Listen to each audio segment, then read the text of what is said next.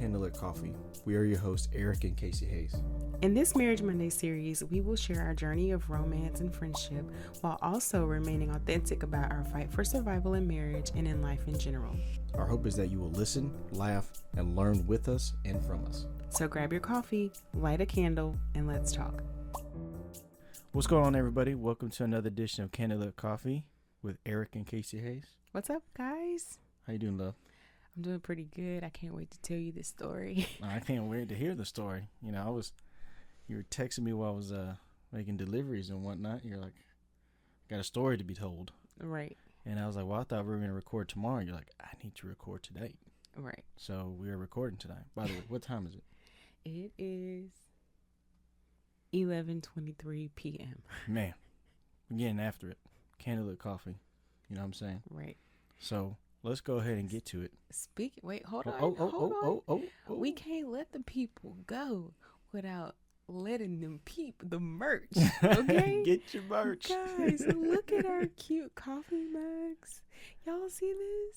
This is so adorable. It says Candlelit Coffee, and we have tea in them, but that's okay. Yeah, we got some more stuff coming down the pipe. Casey's creative genius is gonna be making all the merch. It's gonna be awesome. I can't wait to be wearing it nonstop everywhere I go. And I'm serious. I'm gonna be wearing Candlelit Coffee everything. Why am I gonna pub someone else? Let's pub ourselves. Okay. You know what I'm saying? That sounds good. All right, Casey, since you're so giddy, okay, go ahead and get to your story. Then we'll get to the meat. Okay, hold on. So we gotta introduce this segment of the show called Funnies and Bummies. Funnies and Bummies. So we want to do this every time we get on the show, right? Mm-hmm. Okay. So a funny is something funny that we'll share with each other, and a bummy is something like disappointing that we'll share with each other. Because like we said last time, a lot of times when we have these conversations, this is our first time getting to speak to each other. Which today, legit is today. Like, yeah. Tell them about your day. What you been doing today? Man, I was working all day. So for those who don't know, I'm a motivational speaker, but I'm also full-time in IT sales. Mm-hmm. So I'm cold calling, working from home from the day. Getting hung up on, that's always fun. But there's always some good times. And then I also started working, delivering pizzas 5-6 nights a week. Just started back doing that today. Start back tonight. Yep. So get off at 4:30, get going at 5, get back at 10. Mm-hmm. I've been doing that 5-6 nights a week, making that pizza money, that dough while making dough. Making that dough while making dough. And y'all hear us talk a lot about how we ping pong off of each other to try to make it work. Yeah. We prioritize being home with the kids, and so a lot of people may feel like I should just go get a job or use my degrees, but like we are very adamant about just prioritizing us being home with the kids. And so anyway, we have been trying to figure this thing out since we had Malaya, honestly. And I definitely see why people don't do it. Yeah. Because it's extremely hard. It's so stressful. It's extremely hard. Yeah. You're like, why did we do this again? Right. Every and then we week, look at pretty much, yeah. Pretty much every day. Yeah. I think about it every day. Yeah, I think so too, honestly. But then at the same time, I'm like, I see how the kids are blossoming, and Lele knows her ABCs now, guys. Malaya knows her ABCs. Like, she can identify the capital letters of her ABCs, and I'm so thrilled. Levi is reading. Man. Haven swears that every letter of the alphabet is B. And she's convinced too. She's like, B. And she's only 18 months, but it's just so sweet. And then color green, blue. We're a bunch of nerds, man. I know. I have not been able to tell Eric this story because it happened while he was out delivering pizzas. And so I'm gonna start. So my funny is, if anybody knows me, I am terrified of roaches. Like, definitely, me and roaches just do not get along. Okay, like I have scars on my leg from when I fell off a chair in college trying to kill a roach. Legit. Like, I literally the wound still aches to this day. Like, I'm not even kidding. It still hurts. So we're doing bedtime. My mom took the kids to go get ice cream. And so I'm rushing, trying to make sure everybody's getting to bed on time. She did Lele and Levi's bath time routine. I did Haven's bath time routine. We're tag teaming it, trying to make sure the kids get in bed by 8:30. Okay, so Levi is like the master staller when it comes to bedtime. Any excuse he can give to get out of the bed, he's gonna take it. So I'm like, Levi, we're done having conversations, we're going to sleep, I will talk to you tomorrow. And he's like, but mommy, and I'm like, no way, Jose, go to sleep. So I'm nursing Haven. Imagine this, guys. Okay, so Lele's room is on the left, Levi's room's on the right. I'm sitting in the hallway in between on the floor nursing Haven. Okay, so this means I am exposed right to the elements. Right breast is exposed to the elements, and we are in it to win it, trying to put these kids to sleep. Okay, Levi out of nowhere goes, mommy, I'm scared. I said, what you scared for? What you scared for, Levi? Because by this point I'm irritated because you keep waking up your sisters with your foolishness. So he goes, mommy, it's a bug. And I said, it's a bug. He said, yeah, it's a bug. I'm scared. But I'm so proud of him because he did not get out the bed. I turn on a light. Bro, the biggest cockroach, like literally right there near the top bunk. Like he literally on the wall next to his top bunk where he sleeps. Jesus. Oh my God. He goes, it's a bug. And I said, oh my God, it is a bug. He gets down. He runs down the hallway. And I'm over here like, first of all, let me tell you how I got up off the floor. I forgot I was nursing Haven. Oh, you dropped her? Bro, when I tell you, she was asleep at this point. She was asleep on the breast. Man. I tried to sit her down, like stand her up. My baby was asleep. I put her on her feet. She fell into the wall. I proceed to turn away from her to still go get the shoe. And it doesn't register to me that Haven was asleep when I put her down. You dropped her like a sack of potatoes. Bro, I dropped her like a sack of potatoes. I literally compromised one child to try to go save the other. Hey, that's how it be sometimes. So the roach decides it's gonna go ghost on us. I mean, I ain't never seen no roach just drop off the wall before. It just dropped. And I'm like, I don't know if it flew or what, but I had moved the bed back so I could get the roach. And so I moved the bed back. My mom comes in. She knows I'm terrified. So she's like, I know I'm going to have to kill this roach. So I'm like, okay. But I had a brave face on because I want to make sure my kids. For Sparta. It's for Sparta. For my kids. On gang, baby. On Levi Haven. You ain't kidding me today.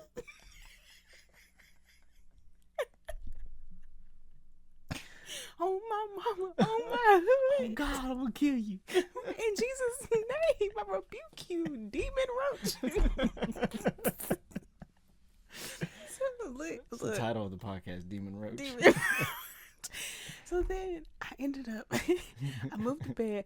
Roach disappears, right? I'm like, shiznit. I'm about to have to find this roach, all these blankets everywhere. This ninja about to get me. I'm terrified.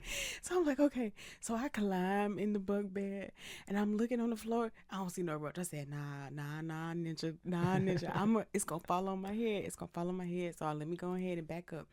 I look, this thing pop up over the top. It started scurrying on the top of the bunk bed. I take my house shoe and I say, whop. That thing hit the floor. My mom lunges across the bottom bunk. By this point, Lele done got out her bed. She here for the show. Haven's up. She like, I'm ready to party. What's going on, guys? And Levi's scared for his life, bro. He's like, somebody save me. My mom lunges across the bottom bunk and goes, pop, pop, pop. Kills the roach. And then Levi goes, yay. Thanks for saving me, guys. And then he said, ooh. The funniest part of this was his response. He goes, woo. He was like, you told me get in my bed. I said, okay. So he said, I was just laying in my bed and I looked at him. I said, that's a bug, but you told me not to get out of bed.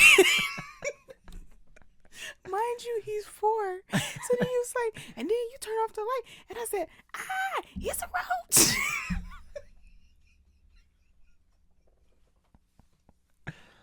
I'm over here dying laughing because now it's a whole comedy show. The whole family is over here just glorying over the fact that this roach is dead. And everybody has to restart the bedtime routine all over again. So that was my funny for today. You didn't even kill the roach, though. Bro, I contributed. Okay.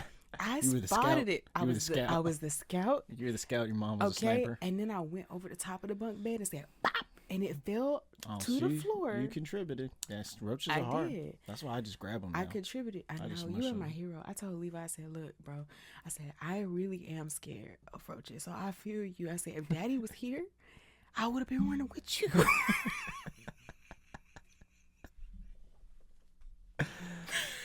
But because Daddy not here, Mommy had to be brave. So you gonna have to be brave too, because one day you gonna have to save me. So that's my funny for today. That's hilarious. I get to see him being like, "Oh Lord, this is gonna be interesting tomorrow when I do bedtime with them." Yeah.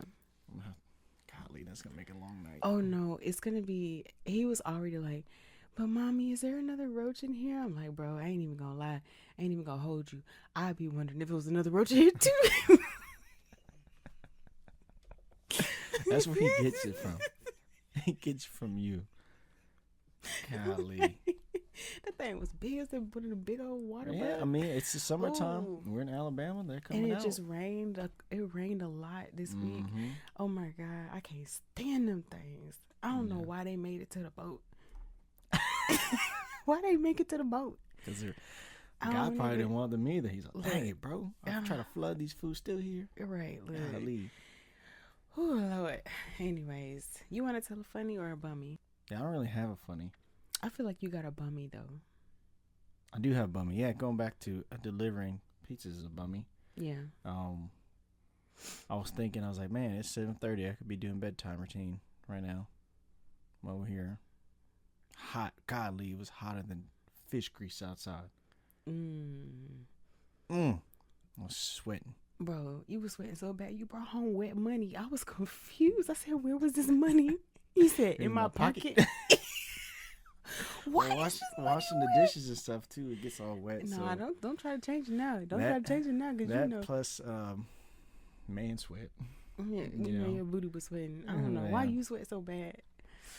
Hydrated, but yeah, it was over 100 degrees, definitely for sure. But yeah, that's a bummy, having to do that again and doing it for a long period of time. But it's also, reassuring that we got to do what you got to do. Yeah. Teamwork makes the dream work. It's all about teamwork. So, if you don't get anything from this podcast, it's about being friends and working together. Right. Like, you got to work together, or else it ain't just gonna work at all. Period. Right. So, exactly. So that's a bummy. Okay. But that funny makes it better. Man, This is what was happening while you was over there at your job, your other job. So outside the funnies and bummies and that roach killing story. Yep. Today we're gonna be talking about something. Why did I say, man, I should talk to her? Yeah. And why were you like, that's a fine white man? I think it's really simple for me why I chose you. It just clicked. It just flowed, man. We just started talking. It just made sense. End of podcast. It really did. But one of the biggest reasons, years before I was praying, I was told, hey, you should make a prayer list for your wife and you should pray over it. And there's a lot of things I could work with, but one thing I needed to have is someone you could build a kingdom with. Someone that had that grit, tenacity, just ride or die, for lack of better words. And as we got to know one another, I was like, oh, for sure, you got it. You got this thing. And you're so smart, you're so beautiful, and I'm like, man, yeah, I'm gonna have to wife her up, because I don't know if I'm gonna find another one like this, but also I didn't want to look anywhere. I was just in a season of my life where I was getting serious with my relationship with the Lord, and I was done dating just to date. not fooling around. I was like, look, the next person I talk to, we either gonna be in it or we're not. Mm-hmm. And once we started talking, like we just went straight for the jugular. Yeah. The deepest, darkest secrets were like conversation number 1 and 2. Right. You know, so that type of authenticity was like, yeah, she real. And you know me, I don't have what you see is what you get. And you know, I'm grateful for you. And I'm excited that I'm your husband. I'm excited you said yes. Because yeah, I didn't know what I was doing. Sure did it. I didn't know what I was doing either. I don't think Sure anybody really knows what they're doing when they're getting to know someone and trying to get married. I feel like it's one of the most awkward seasons somebody can be in. Yeah, but I had like nothing to work off of. I was movies. I didn't really have much to work off of either when it comes to what? Either. I'm like, you're like, well, but I think I did. Well, I'm thinking because like I think I had expectations from seeing a lot of other people get married. Mm-hmm. And then like Christian purity culture, like all of that. But for the most part, it doesn't compare to like actually going through it yourself. Yeah. And then the unique obstacles that we faced during the process. Everybody's going to have their own hurdles that they're going to have to, you know, face when you're getting to know somebody and choosing whether or not you can trust them and all of that. And especially when you have past trauma. And so just talk about your past experiences, like what made me different.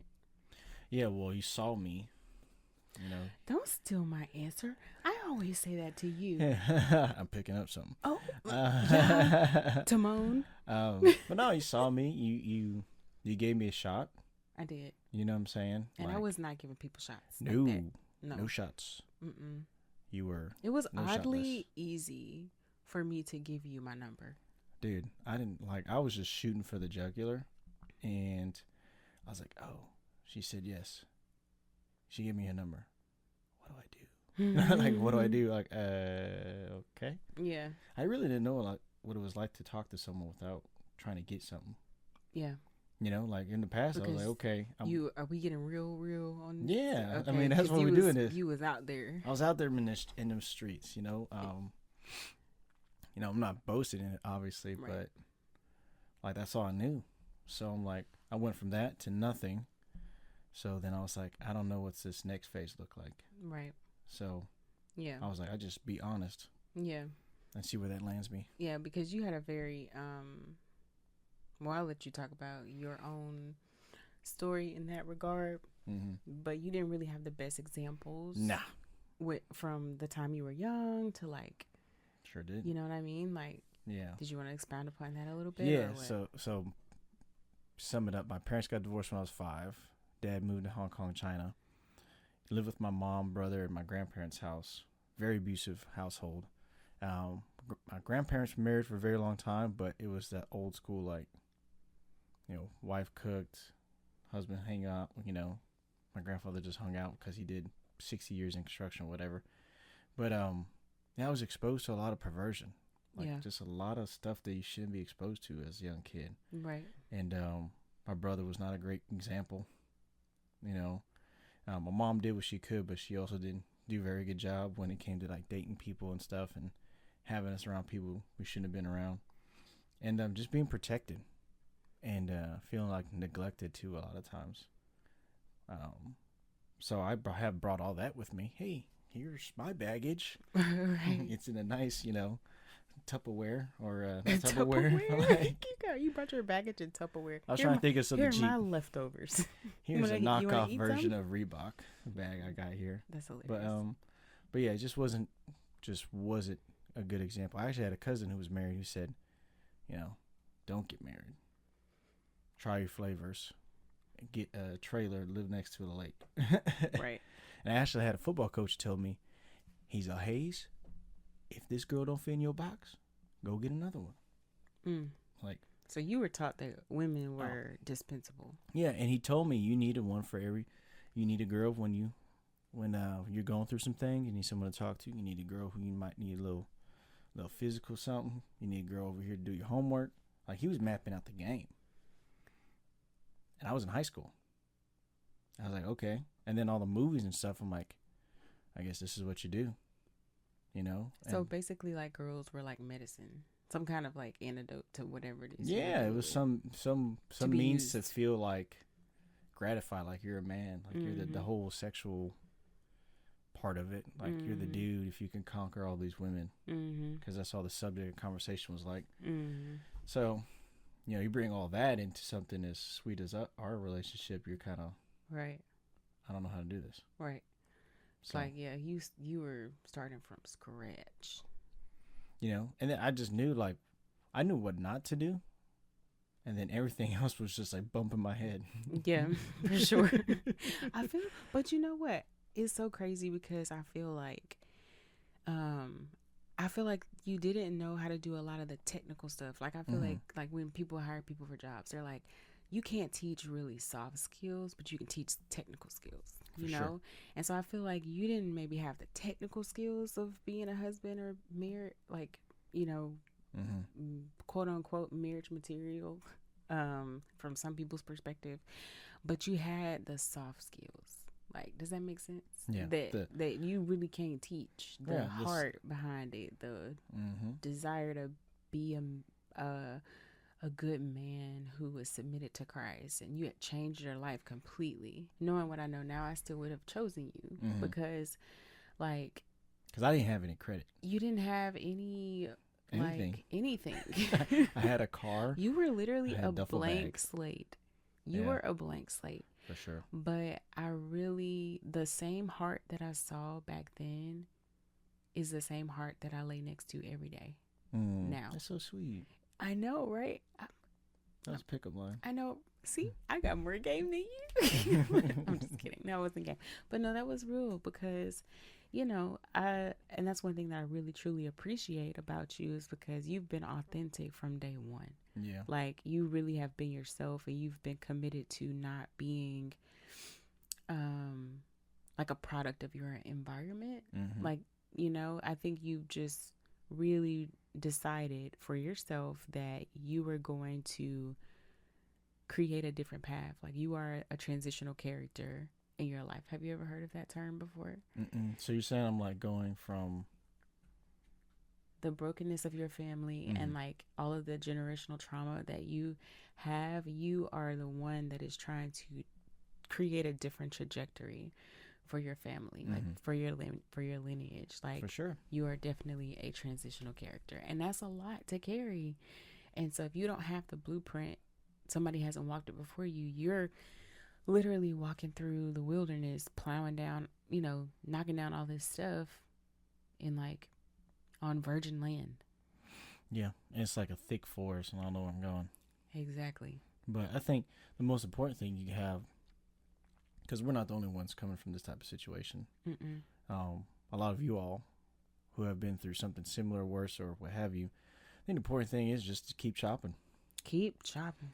Like, I'm like, eventually, I'm going to get to the river.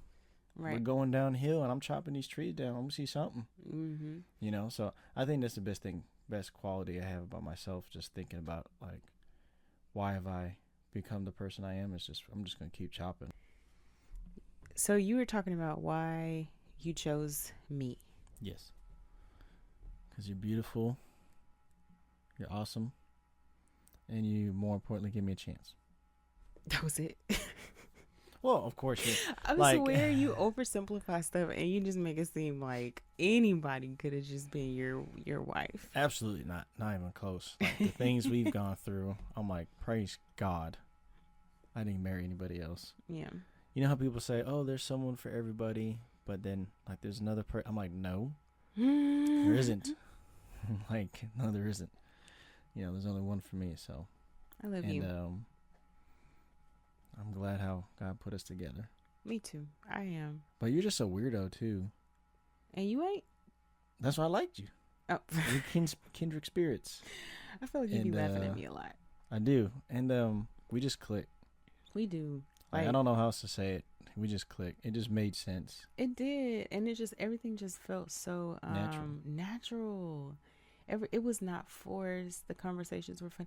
And we laughed together. The first joke that we laughed at together was when you crashed my little lunch the brunch that everybody wanted to go to because I graduated with my master's. Yeah, totally invited myself. You were the only guy. Sure was. That came, and you were the last one in line. I was the right before you. Mm-hmm. And you asked me, you said, "What are you going to get?" And I was like, "I don't know. What are you going to get?" And you were like, "Probably the turkey avocado sandwich or something like that." And I was like, "Ew, I don't like turkey." And you're like, "So what do you eat for Thanksgiving?" And I said, "Chicken." And we just looked at each other and cracked up laughing because it was the most stereotypical answer I could have ever said. And at that moment, I felt like our sense of humors, like, were, in alignment. It just felt like you were a friend. Yeah. Yeah. Even though I had never I never knew you before. I was a friend you're supposed to have. I know, you really were. I feel like We're is just so blabbing good for away us. about us. I know. I just love you so much. But we want to give you the context of like why we ended up choosing one another and like the jacked up things that we saw and experienced. Because sometimes what happens is people might see relationships that have like a really good connection, and if we don't open up and tell you the junk we came from, if you also come from junk, you might feel like hopeless. Yeah, like you don't deserve somebody, or you can't get somebody, or that it'll never work for you, or whatever lie that the enemy is trying to tell you. It's from the pit. But the thing is, it's like, no, that's not true. We were two people committed to healing. A little bit about my history, and I guess because it's Candlelit Coffee, we gonna get real, just so y'all can understand and know, like, who the people y'all are listening to are. I guess I don't know if I said that right. Who are these boobs? Yeah, who are these boobs? All right, so this trigger warning. I don't know if you have like any traumatic pasts. So just as a trigger warning, but I, like Eric, was introduced to a lot of perversion when I was younger. Part of that being molested. And so from a young age, I really struggled with feeling dirty and feeling like I could never be pure. So I had a lot of hidden struggles.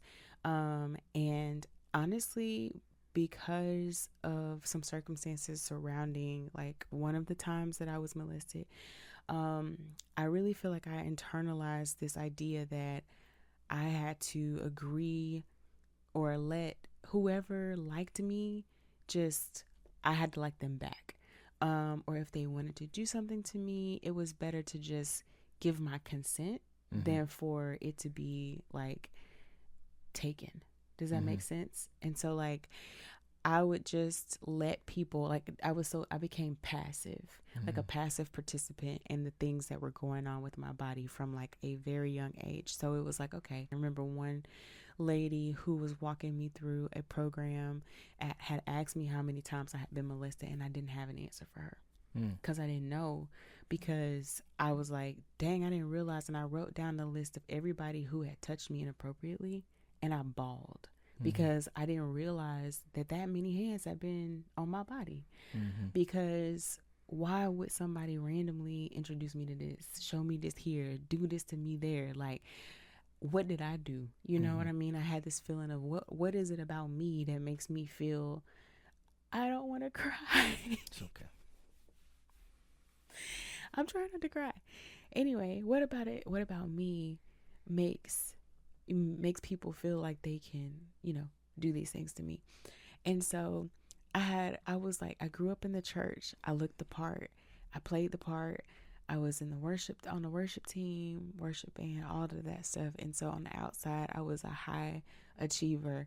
Like me and Eric are very opposites in this. I just barely got by. She was. I excelled at everything I did.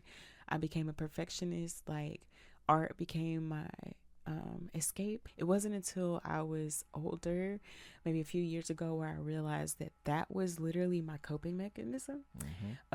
Being a high achieving person gave me feelings of value and worth, where those feelings were taken from me at a young age. And so having all of that baggage and not just having been molested. My father was an alcoholic. He's passed away now, but it was very much so a traumatic upbringing. I witnessed a lot of abuse, verbally and physically, and you're wiping my tears. Verbally, physically, and emotional abuse. My dad left a lot. Like, he would go on binges. So feelings of abandonment and just, just feeling like I'm not good enough, right? And my mom did the best that she could.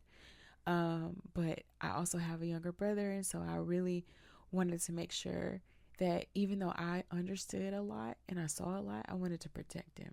And so I would like put on a face and be really goofy and bubbly and happy and make him laugh. And that's honestly what a lot of people meet or met, because I don't pretend anymore. That's what they know you as. Yeah, that's what they know me Especially when we came back to home. Yeah, like anybody from Montgomery, because that's where I'm from, at Montgomery, Alabama. Anybody from there, they probably know me as the bubbly Kasie. But it wasn't until I was in my 30s, late 20s, and early 30s and now that I realized that like that was not really my authentic self.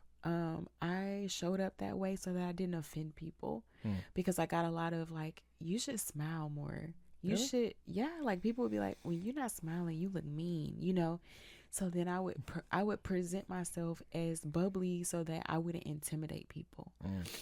Fast forward to just dating, and all of that. Like, I had really vowed that I was going to, keep myself till marriage, and that didn't happen. And I really beat myself up for it. And so I ended up going down a very bad spiral of like, nobody wants me. And so I was just sleeping with whoever, like, because I didn't know my self-worth, like, and I just felt like, who wants me now?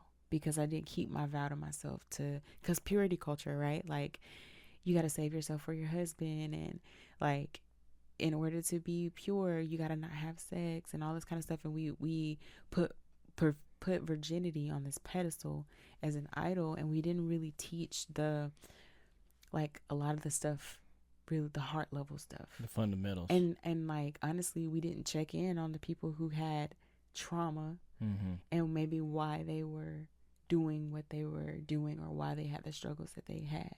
And so but you shove this expectation of just be pure, and then when you fall short because you don't have the internal infrastructure to do that, and you're young and you got all these hormones and emotions, and you don't know what to do, and now you're looking for an escape. It's a recipe for disaster. And then now, like, I'm living this lie, right? And so in 2010, I ended up giving my life like back to the Lord fully, and was definitely flawed in walking with him from there, but I've been walking with him ever since.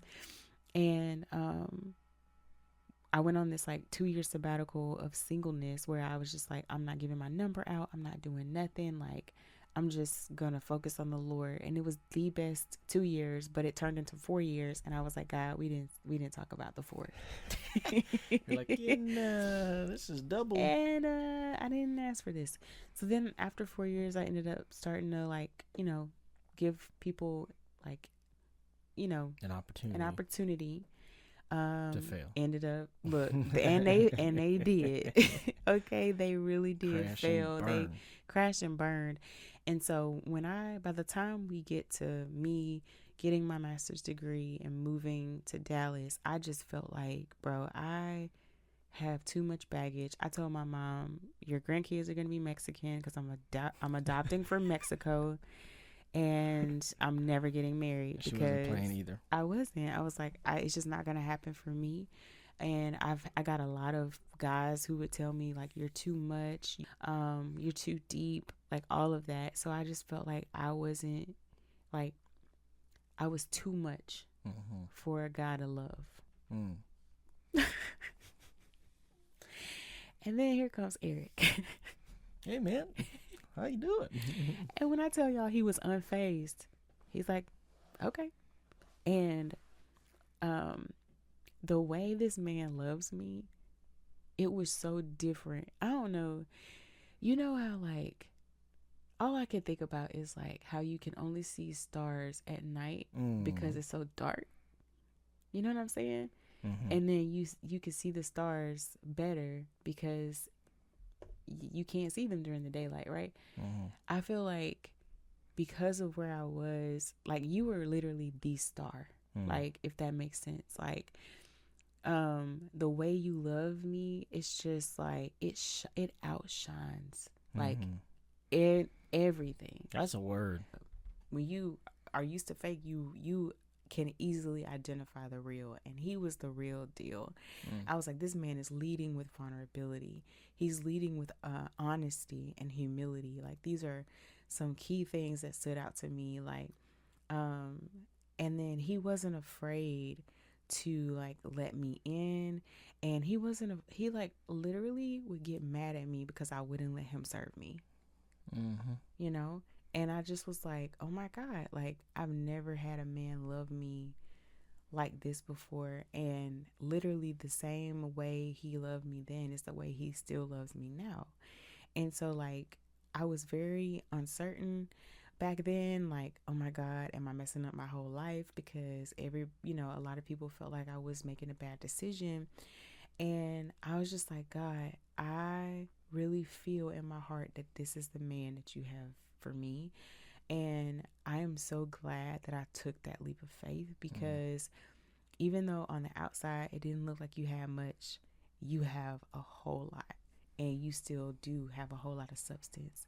And so that's why I said yes to you, because of not just your words, but the way you lived your life in front of me. No. Are you about to cry? No, I'm not about to cry, but that's very deep. You sleepy? I am sleepy, but that's very deep. And, I don't cry. Outside of Jesus and somebody dying. Right. And then you just tear up. Yeah. Your eyes water, and you're like, I was crying, and really it was like a light mist that covered your eyeballs. It really be like that. But no, that's so sweet. No, I love that. I love that I can be that man for you. I just gotta, keep it for the rest of our lives, and we're good to go. Right, because if not, we got problems. And I'm gonna cut you. I would cut you. Ding, ding, ding, ding, ding, ding. Is that the Now we gonna get flagged for that ratchet beat. I know. Or maybe it's so ratchet that they ain't wanna get mad.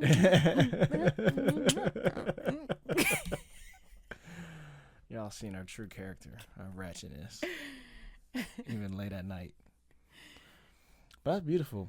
I think we have a solid story to build a great life with. I think encouragement is you can always become that person you always aspire to be. Yeah, you're like, man, that person does that. And you get down on yourself. I'm like, you can do that too. Right. Like, maybe not in sports or whatever. You can't be 6'10", but you know what I'm saying? Like, dang, I could be Michael Jordan. No, you can't, Eric. But like, you can be a man of character. You can be a man who actually loves his wife, loves the Lord. Like, you can do that too. It's not rocket science. Yeah. It's hard. It's very hard. Yeah. That's why people don't do it. But it's hard, but it's simple.